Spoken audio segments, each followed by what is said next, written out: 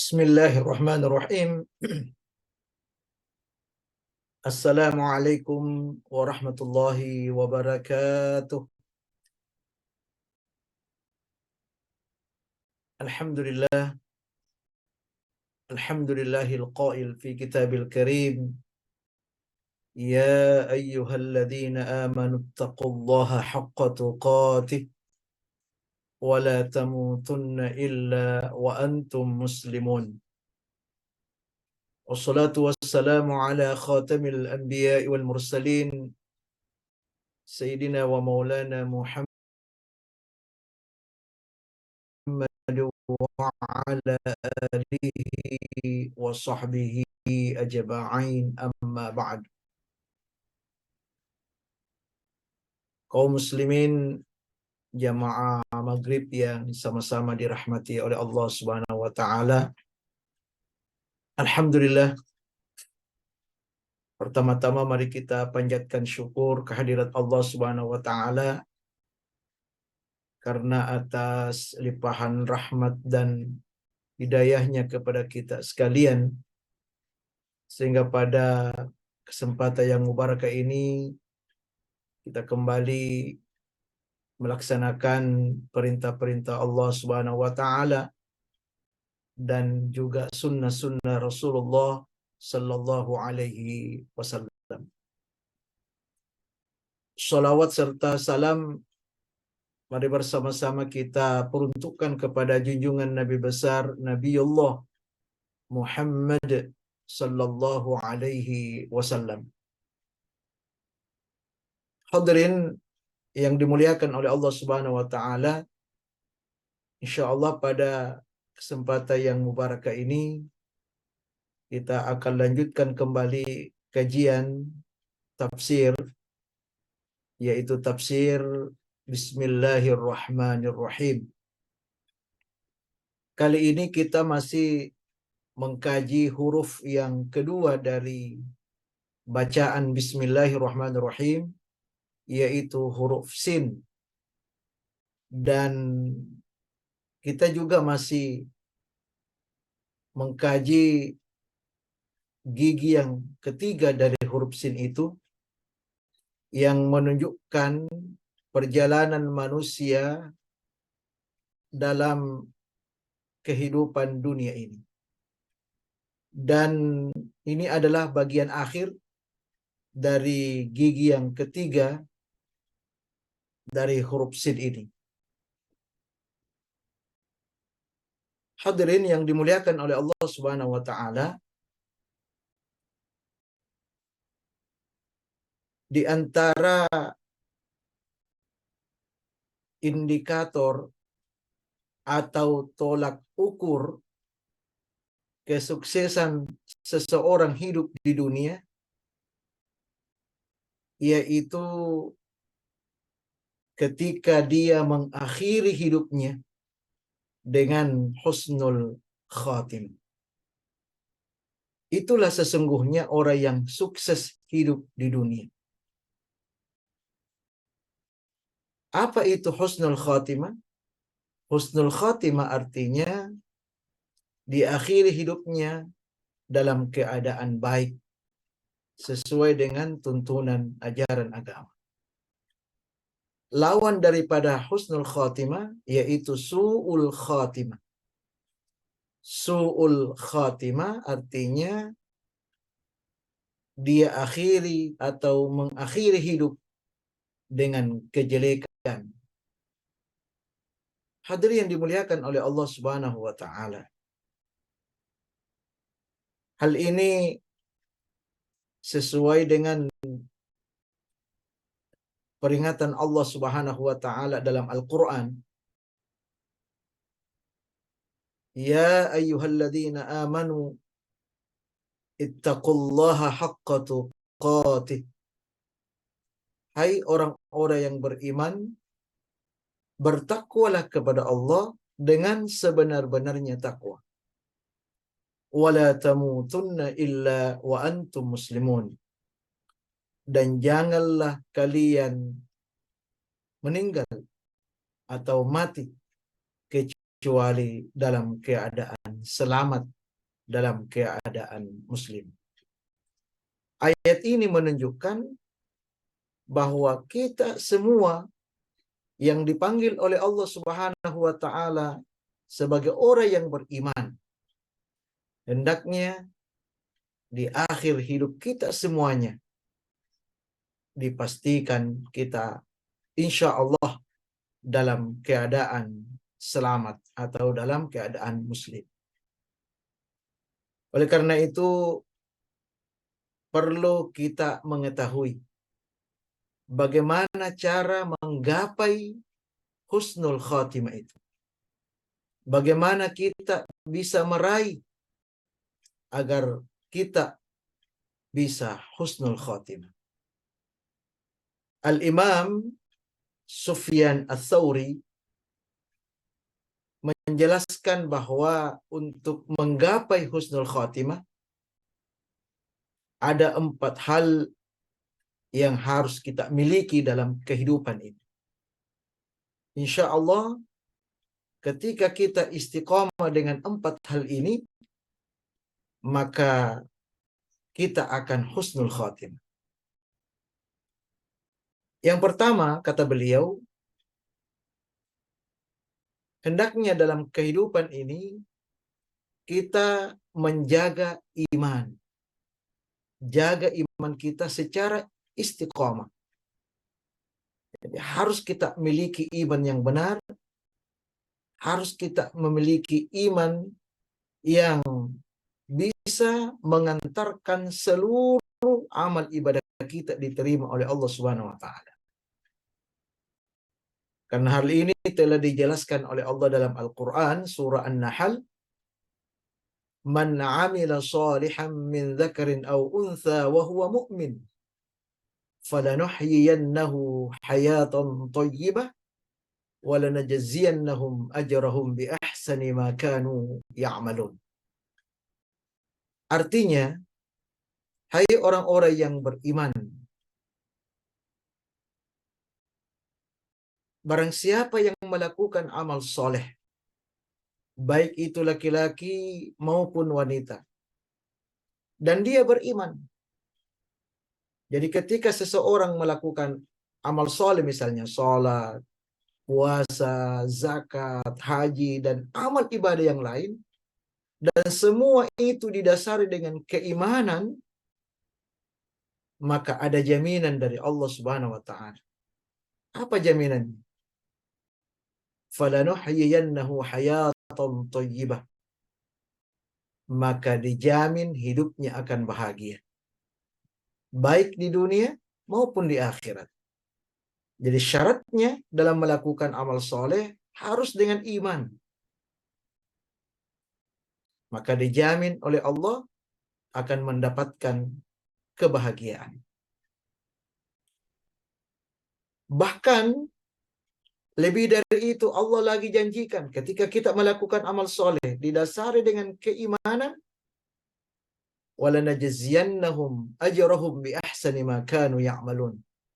Kata Allah, kami akan berikan balasan kepada mereka dengan balasan yang terbaik.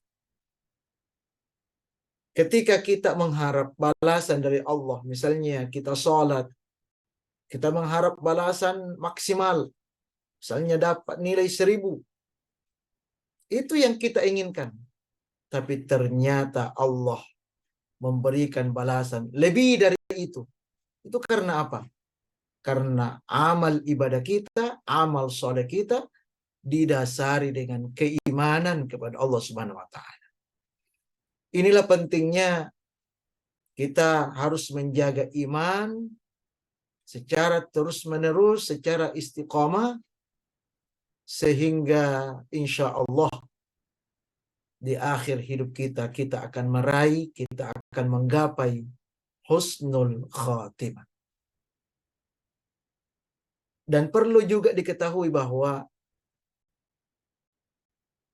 dengan menjaga iman ini, maka kita harus jauhi atau menjauhkan hati ini dari hal-hal yang dapat merusak iman. yang dapat menodai iman. Apa itu? Tentu yang dimaksud adalah kesyirikan. Menduakan Allah Subhanahu wa taala. Ada keyakinan selain daripada Allah. Ketika dia butuh, maka mintanya selain daripada Allah Subhanahu wa taala. Inilah yang bisa menodai. Inilah yang bisa merusak daripada keimanan kita.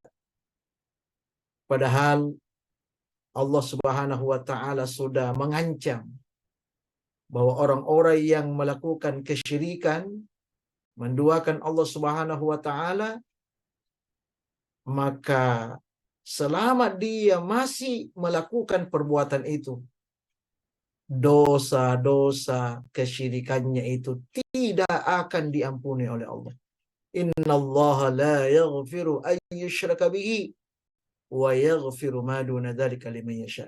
Sesungguhnya Allah tidak akan mengampuni dosa syirik, dan Allah hanya mengampuni dosa-dosa selain daripada kesyirikan itu. Oleh karena itu berhati-hatilah kita, jangan sampai kita terjangkiti penyakit syirik ini, perbuatan syirik ini, amal syirik ini, sehingga apapun yang kita lakukan, amal soleh apapun yang kita lakukan, Allah juga mengancam dengan mengatakan, faqad habita amalu, maka seluruh amal yang kita lakukan itu akan hancur, akan hilang, sia-sia di mata Allah Subhanahu wa taala. Ini yang pertama yang diingatkan oleh Al-Imam Sufyan Ats-Tsauri, bahwa untuk menggapai husnul khatimah, maka hendaknya kita jaga iman. Yang kedua, untuk menggapai husnul khatimah, kita harus punya niat yang bersih. Jadi dalam setiap kali kita beramal, luruskan niat kita, sucikan niat kita. Niat harus benar-benar bersih, baik itu lahir maupun batin.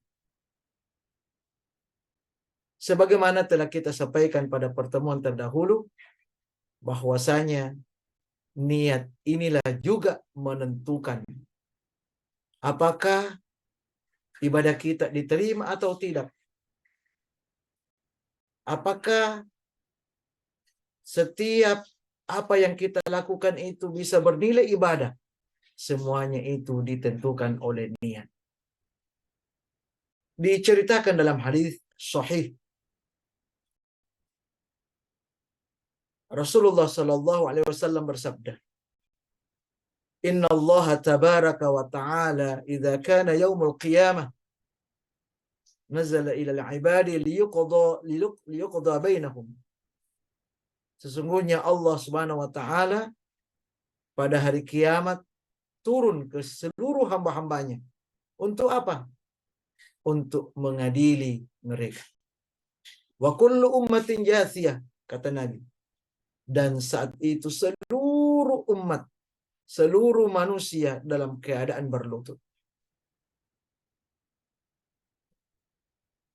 Lalu dalam pengadilan itu, pertama kali Allah sidang, Allah adili, yaitu 3 orang. Kata Nabi, "Man yad'u bihi rajulun jama'al Qur'an." Yang pertama dipanggil oleh Allah yaitu orang yang pandai dan rajin membaca Al-Qur'an. Wa rajulun yaqtulu fi sabilillah. Dan orang kedua nanti dipanggil oleh Allah yaitu orang-orang yang berperang di jalan Allah. Wa rajulun katsiru mal. Dan orang ketiga nanti dipanggil oleh Allah untuk diadili, kata Nabi, yaitu orang-orang yang memiliki banyak harta. Fayaqulu lil qari. Pertama Allah mengadili bagi orang yang pandai, orang yang rajin membaca Al-Quran. Allah bertanya, alam u'allimuka ma anzaltu ala rasuli. Bukankah saya yang mengajarkan kamu apa yang telah aku turunkan kepada Rasulmu? Ini pertanyaan Allah kepada sang qari ini. Qala, lalu qari ini menjawab, bala ya Rabb. Benar ya Allah. Qala, lalu Allah kembali bertanya, famadza amilta fima alimta? Apakah kamu sudah mengamalkan apa yang telah engkau ketahui? Apa yang telah engkau pelajari?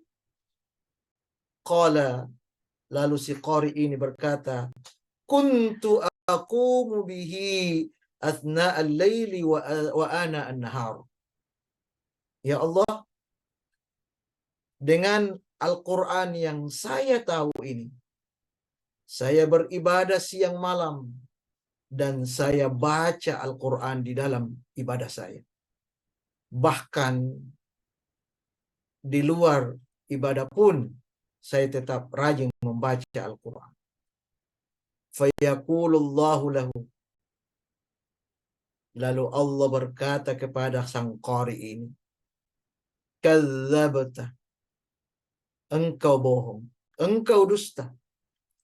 Wa taqulul malaikatu.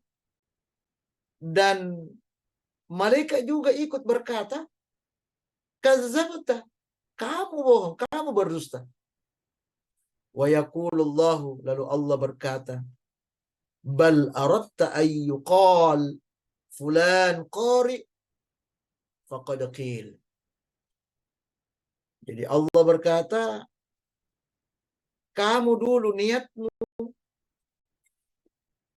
membaca Al-Quran, rajin membaca Al-Quran, karena engkau ingin disebut qari, jago membaca Al-Quran.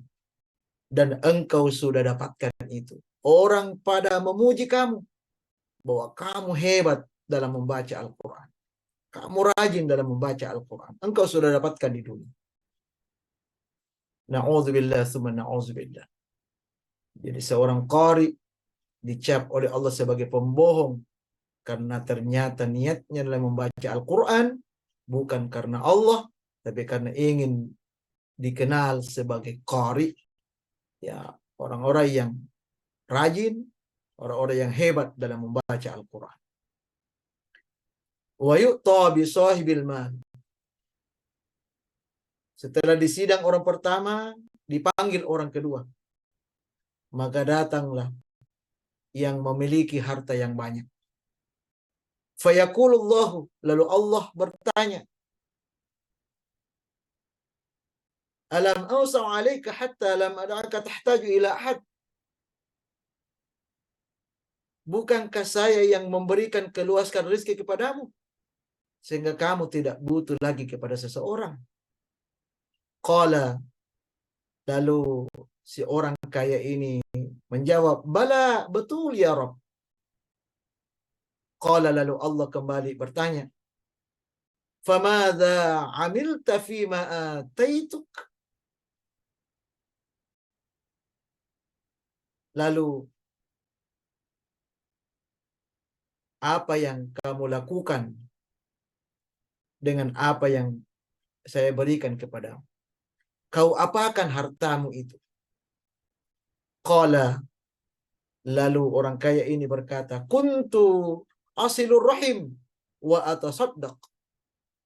Dengan harta yang engkau berikan kepadaku ya Allah, saya jadikan sarana untuk bersilaturahim. Bahkan saya banyak memberi, banyak bersedekah, banyak menyumbang. Fayaqulullahu, lalu Allah berkata kepada orang kaya ini, kadzabta. Kamu bohong, kamu dusta. Wa taqulul malaikatu, lalu malaikat juga ikut berkata, kadzdzabta, kamu pendusta. Fayaqulullahu, lalu Allah berkata kepada orang kaya ini, bal aradta ayyuqal fulan jawad faqad qila dzak. Kamu dulu itu waktu hidup di dunia, betul kamu rajin sedekah, kamu rajin menyumbang, kamu rajin memberi, tetapi niatmu hanya untuk disebut sebagai orang yang dermawan. Maka kamu sudah dapatkan di dunia, orang pada memuji kamu. Kamu terkenal sebagai orang dermawan. Hadirin yang dimuliakan oleh Allah Subhanahu wa taala. Maka hati-hatilah bagi yang diberikan nikmat kekayaan oleh Allah, banyak harta, maka gunakanlah harta yang Allah titipkan kepada kita ini semata-mata ya, untuk mengharapkan keridhaan Allah. Jangan ada niat yang lain, karena ini bisa merusak semua amal ibadah kita. Wa yu'ta billadzi qatala fi sabilillah. Kemudian dipanggil orang ketiga. Orang ketiga pun datang di hadapan Allah, yaitu orang yang berjihad di jalan Allah. Orang yang berperang di jalan Allah. Fayuqalu lahu, lalu ditanyalah. Lalu Allah bertanya kepadanya, fima qatalta, apa tujuanmu berperang dulu? Fayaqulu, maka orang ini berkata, umirta bil jihad fi sabilik. Umirtu bil jihad fi sabilik. Saya diperintah untuk berjihad di jalanmu. Faqataltu hatta qataltu. Lalu saya betul-betul pergi berjihad, pergi berperang. Bahkan saya wafat, bahkan saya meninggal ya, dalam keadaan berperang. Fayaqulu Allah, lalu Allah berkata, kadzdzabta, kamu dusta, kamu bohong. Wa taqulul malaikatu, dan diikuti juga oleh malaikat dengan berkata, kadzdzabta, kamu pembohong, kamu berdusta. Wa yaqulullahu azza wa jalla, dan Allah Subhanahu wa taala berfirman kepada orang tersebut, bal aradta ayyuqala fulan jara faqad qila dzalik. Dulu sebenarnya kamu itu ikut berjihad, ikut berperang, bukan karena saya, tapi karena engkau ingin disebut sebagai pahlawan. Engkau ingin disebut sebagai orang hebat. Engkau ingin disebut sebagai orang yang kuat. Dan engkau sudah dapatkan itu. Pujian itu sudah engkau dapatkan. Hadirin yang dimuliakan oleh Allah Subhanahu wa taala. Dari hadis Nabi yang panjang ini dapat kita ambil sebuah pelajaran bahwa hendaknya kita dalam setiap kali beramal, amal apapun itu bentuknya, maka mari kita periksa hati ini. Apakah betul-betul hati kita ini ketika beramal betul-betul bisa mendapatkan hasil yang terbaik di sisi Allah, ataukah justru itu tidak memperoleh sedikit pun dari Allah Subhanahu wa taala. Makanya jaga terus niat kita, bersihkan terus niat kita, sucikan terus niat kita. Niat kita dalam melakukan setiap amal hanya semata-mata mengharap keridhaan Allah Subhanahu wa taala. Kemudian yang ketiga, Imam Sufyan Ats-Tsauri mengajarkan kepada kita untuk menggapai husnul khotimah. Maka mari kita selalu berdoa kepada Allah Subhanahu wa taala. Tentu doa yang dimaksud adalah doa agar kita bisa meraih, bisa menggapai husnul khotimah. Banyak doa yang diajarkan oleh para ulama kita. Misalnya, Allahumma inna nas'aluka husnal khotimah.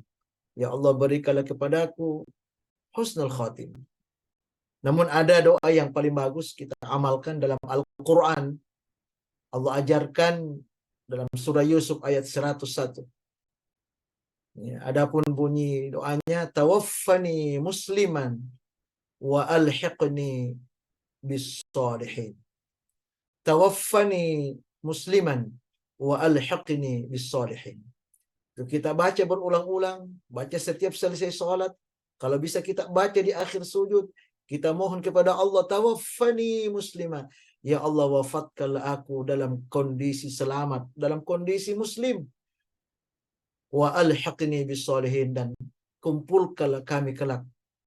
Kumpulkanlah saya ya Allah bersama dengan orang-orang yang soleh.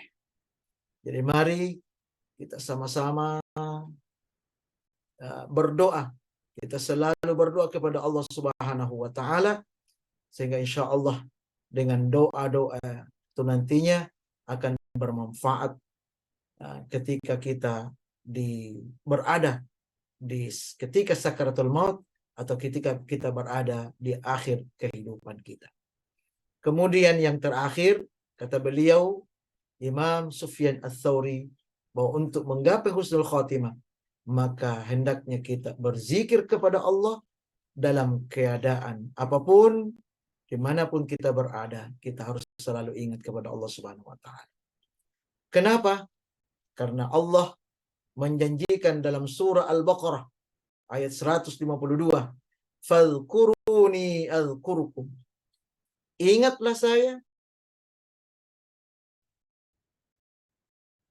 berzikirlah terus kepada saya, maka pasti saya akan mengingat. Dalam keadaan apapun, dalam kondisi apapun, kalian tetap berzikir. Maka dalam keadaan apapun, dalam kondisi apapun, saya, kata Allah, akan juga selalu ingat kamu. Termasuk ketika kita sedang sakaratul maut, ketika kita berada di penghujung kehidupan kita di dunia ini, Allah pasti mengingat kita. Allah pasti menolong kita. Pasti menolong kita. Kenapa? Karena ternyata ketika kita dalam keadaan sakaratul maut, maka ada beberapa ujian-ujian, ada beberapa halangan-halangan yang bisa mengganggu kita, sehingga kita tidak husnul khotimah. Tapi insya Allah saya yakin, dengan banyaknya kita berzikir kepada Allah Subhanahu wa taala, mengingat Allah Subhanahu wa taala, saat itu pasti Allah ingat kita dan Allah pasti menolong kita. Sehingga kita betul-betul ya bisa mengakhiri hidup dengan sebaik-baiknya. Kemudian fungsi zikir yang kedua, kenapa kita diminta untuk terus-menerus kita lakukan? Karena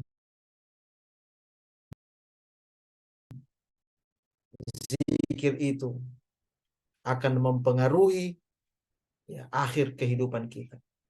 Kalau kita sering mengucapkan la ilaha illallah, la ilaha illallah, la ilaha illallah, atau zikir-zikir yang lain, maka saya yakin ketika kita juga berada di penghujung kehidupan, kita akan juga senantiasa mengucapkan apa yang sudah terbiasa kita ucapkan. Ibaratnya ketika kita memasukkan air ke dalam teko misalnya, maka ketika kita tumpahkan, maka yang keluar air. Ketika kita isi dengan susu, maka yang keluar pasti susu. Ketika kita isi dengan kopi, maka yang keluar kopi. Artinya apa? Ketika kita sering mengucapkan kalimat-kalimat thayyibah, maka itulah nanti yang akan keluar ketika kita di penghujung hidup ini. Ya. Sebaliknya, ketika ada seseorang yang dalam kehidupannya selalu mengucapkan hal-hal buruk, maka bisa jadi dalam akhir hidupnya kebiasaan mengucapkan kata-kata buruk itu akan muncul, dan inilah penyebab kematiannya menjadi su'ul khatimah. Misalnya, orang yang selalu berjudi dengan kartu misalnya, dia selalu mengatakan joker, dia selalu mengatakan double 6. Karena itulah kebiasaan-kebiasaan yang ucapkan. Maka bisa jadi di akhir hidupnya dia mengucapkan kata-kata tersebut. Na'udzubillah, summa na'udzubillahi min zalik. Oleh karena itu, hadirin yang dimuliakan oleh Allah Subhanahu wa taala, marilah kita berusaha mengamalkan apa yang telah diajarkan oleh guru kita Imam Sufyan Ats-Tsauri ini. Yang pertama, jaga iman kita. Jaga terus iman kita. Kita istiqomah jaga iman. Yang kedua, selalu luruskan niat. Selalu sucikan niat dalam segala hal. Bahwa niat kita dalam beramal, dalam berbuat, hanya semata-mata mengharapkan keridhaan Allah. Kemudian yang ketiga, mari selalu berdoa kepada Allah. Selalu berdoa kepada Allah. Insya Allah, dengan doa itu, khususnya terkait dengan kemudahan ya, dalam sakaratul maut, dan diberikan rahmat oleh Allah agar kita bisa husnul khatimah. Maka diajarkan doa di dalamnya, di antaranya dalam Al-Quran, wa tawaffani musliman wa alhiqni bis solihin. Ya Allah, wafatkanlah saya dalam keadaan muslim, dalam keadaan selamat, dan kumpulkanlah saya bersama dengan orang-orang yang soleh. Kemudian yang terakhir, untuk menggapai husnul khotimah, maka mari perbanyak berzikir dimanapun kita berada, dalam keadaan apapun, selalu kita ingat Allah Subhanahu wa taala. Kenapa? Ketika kita ingat Allah, maka pasti Allah juga akan senantiasa ingat kita. Dan dengan doa yang kita panjatkan, dengan zikir yang kita sering ucapkan setiap waktu dalam kehidupan ini, maka itu nantinya akan keluar, akan kita juga ucapkan, khususnya ketika kita berada di penghujung hidup ini. Hadirin yang dimuliakan oleh Allah Subhanahu wa taala, inilah kajian kita pada kesempatan yang mubarakah ini. Mudah-mudahan bermanfaat untuk kita semua. Kepada saudaraku, jangan lupa channel dakwah kami Muhammad Nur terus didukung agar kegiatan dakwah terus ditingkatkan. Jangan lupa di like, share, komen, dan yang terpenting subscribe. Semoga apa yang diusahakan membantu channel ini menjadi amal jariah untuk kita semua. Demikian akhirul kalam, wabillahi taufiq wa da'wati wal irsyad. Assalamualaikum warahmatullahi wabarakatuh.